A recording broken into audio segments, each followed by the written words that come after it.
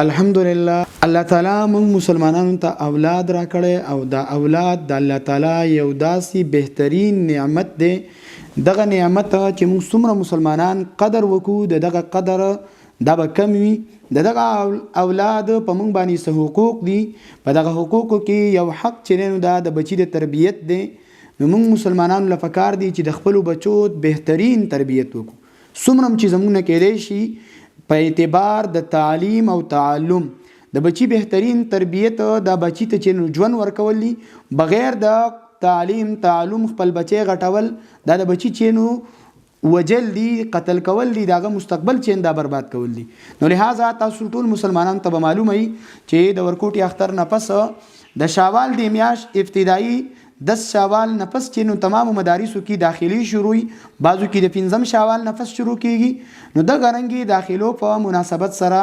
په مدرسه ابن مسعود تبو کې باقاعده تور په شعبه تحفیظ کې چې د طلباء کرامو داخلي التزام سره شعبه تحفیظ کم طلباء کرامي کدا حفظ کوي ناظره ترجمه دي چې د علوم التی حاصله ول شي او د دې سره سره دغه باچی